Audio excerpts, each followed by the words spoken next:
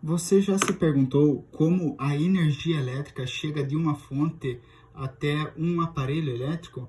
Quando precisamos transportar a, a, a, a energia através de uma corrente elétrica de um ponto a outro para energizar um aparelho elétrico, como acender uma lâmpada, precisamos de um meio físico pelo qual a corrente elétrica passe, chamado de condutor de corrente elétrica.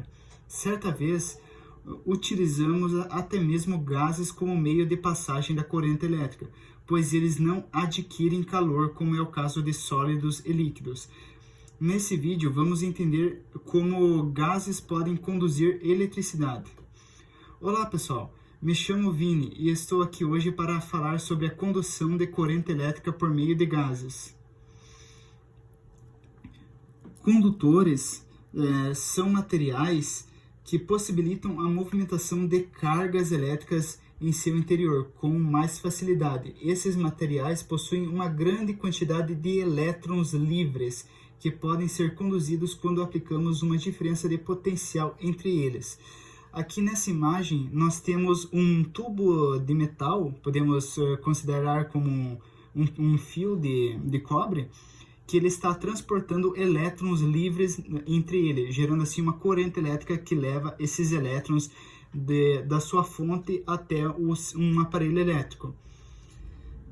Os gases são geralmente isolantes, mas quando ionizados tornam-se condutores. A ionização ocorre quando cargas elétricas criam uma faixa de plasma, por onde toda a corrente elétrica pode passar. O plasma é formado quando um gás é submetido a altas temperaturas. O gás se torna denso, podendo conduzir energia. Então, quando temos dois meios metálicos aqui, nós podemos conduzir eletricidade por meio do gás, de um meio metálico até o outro. Essa corrente elétrica ela vai ser formada quando a própria energia aquecer uma faixa de gás, transformando essa faixa de gás em plasma, fazendo assim com que a corrente elétrica possa ser transferida entre a faixa de plasma, pois o plasma é um condutor de corrente elétrica. Todo gás pode ser um condutor, mas para isso ele deve permitir o movimento de algumas partículas que fazem parte da energia, chamado de ânions, elétrons e cátions. Os ânions e elétrons são transportados para o polo positivo do meio em qual ele está sendo transportado. E os cátions são transportados para o polo negativo do meio em que ele está sendo transportado. Para se fazer passar uma corrente elétrica entre um gás, emergem-se nele duas peças metálicas separadas por uma distância d, que são ligadas aos polos de um gerador. As peças metálicas de eletrodo são chamadas de eletrodos. O eletrodo ligado ao polo positivo é chamado de ánodo e o outro é chamado de cátodo. Entre os eletrodos existe uma diferença de potencial V. Se a distância d for pequena, isso é de alguns centímetros,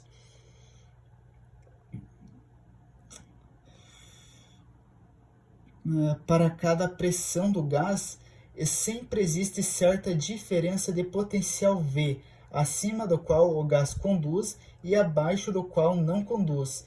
Mas se a distância d for grande, da ordem de 1 ou vários metros, e a pressão alta de uma ou mais atmosferas, então o gás é isolante, mesmo que a diferença de potencial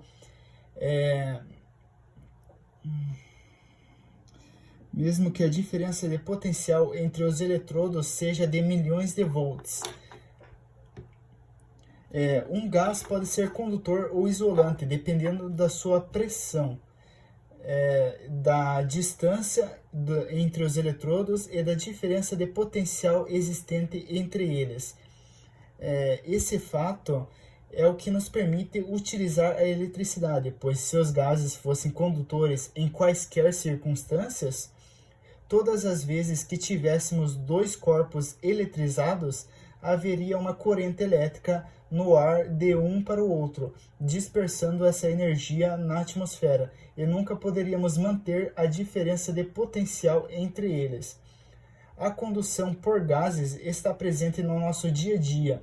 Uma aplicação da condução de gases são os anúncios luminosos. Nos tubos desses anúncios, cada cor corresponde a um gás diferente. Atualmente, a condução de gás é muito utilizada, mesmo que seja um pouco ineficiente por ter suas moléculas muito dispersas, não precisar necessariamente de um meio sólido ou líquido para transportar corrente elétrica, revolucionou a fabricação de aparelhos elétricos com maior eficiência.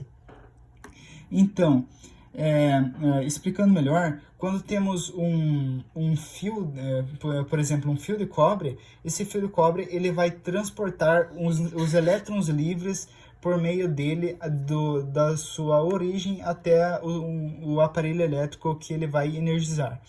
Essa transportação de elétrons livres pode ocorrer também por gás, quando temos a transportação de uma peça metálica a outra por meio de uma faixa de gás que é transformada em plasma pelo aquecimento que essa energia gera no gás, ou tornando-se um plasma que pode sim conduzir corrente elétrica. Para nós podermos conduzir uma corrente elétrica, nós utilizamos um aparato que é um pouco interessante. Nele consiste uma unidade de corrente elétrica. Nele existe uma unidade, um gerador de eletricidade. Esse gerador ele vai transportar energia por dois polos de energia, um positivo e um negativo, onde um vai se chamar ánodo, o positivo vai se chamar ánodo e o negativo vai se chamar cátodo. Entre esses dois polos vai existir uma distância e uma diferença de potencial. Essa distância e essa diferença de potencial sempre devem ser condizentes uma com a outra, ou seja, devem ter o mesmo valor relacionado de uma a outra, para que assim possa sim a corrente elétrica ser transportada por uma faixa de gás que vai ser transformada em plasma. Se a distância for muito grande, então a diferença de potencial não vai ser grande o suficiente para transportar uma corrente elétrica de um polo ao outro.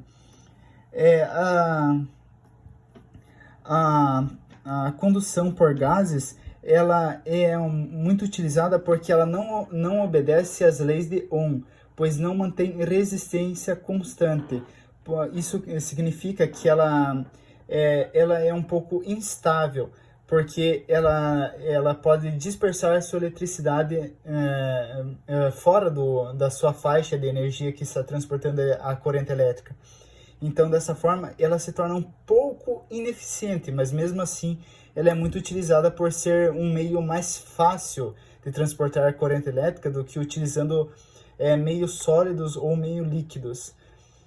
Então, no nosso dia a dia, nós podemos encontrar a corrente elétrica por meio de gás em lâmpadas, em anúncios luminosos, onde essa corrente elétrica ela vai ser transportada por uma faixa, que vai ter uma trajetória definida, e essa trajetória vai ser iluminada pela condução de eletricidade por meio do gás, gerando assim uma cor diferente a cada gás. Se você colocar hidrogênio, vai gerar um gás de uma cor. Se você colocar oxigênio, vai gerar um gás de outra cor, gerando assim as cores coloridas que nós vemos em anúncios luminosos, em lâmpadas de LED, que tem cores diferenciadas. Essas cores elas são possíveis porque a corrente elétrica está sendo transportada por meio de gases diferentes. gerando assim uma cor específica, tendo várias cores, porque existem vários gases. Então, essa corrente elétrica ela pode ter uma policromia de cores que podem ser utilizadas. Muito bem, é isso, pessoal. Espero que tenham gostado desse vídeo e espero que tenha ficado um pouco explicado sobre a condução por gases. E até logo, pessoal!